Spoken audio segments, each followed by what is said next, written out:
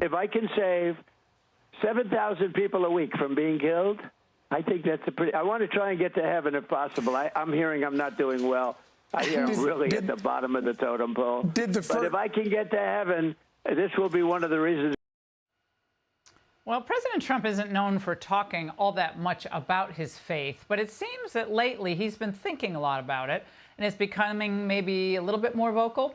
Well, knowing Vice President Vance's background, his conversion from being essentially an atheist to a Catholic, I wanted to get his take on what he heard.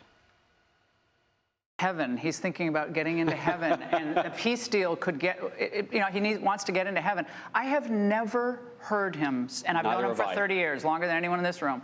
I've never heard him talking about getting into heaven. What do we make of that? It's very interesting. I've never heard him talk that way either. I actually got a message just before I went on from the priest who had baptized me, actually, and he said, and he's a younger guy, very smart guy. He's like, I really admired what the president said. And he said, basically, if he's able to make peace in Russia and Ukraine, I'll put in a word with a big guy. Okay. That was pretty cool. And look, you don't hear the president speaking much about religion or what he believes, and he doesn't think that's his role.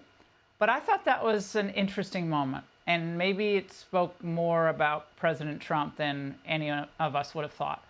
I hope you enjoyed the interview with Vice President Vance. We'll have bits and pieces up on social media, so make sure to spread it around, because he talked about his best friend in the cabinet. He revealed it, Marco Rubio, Pete Hegseth too.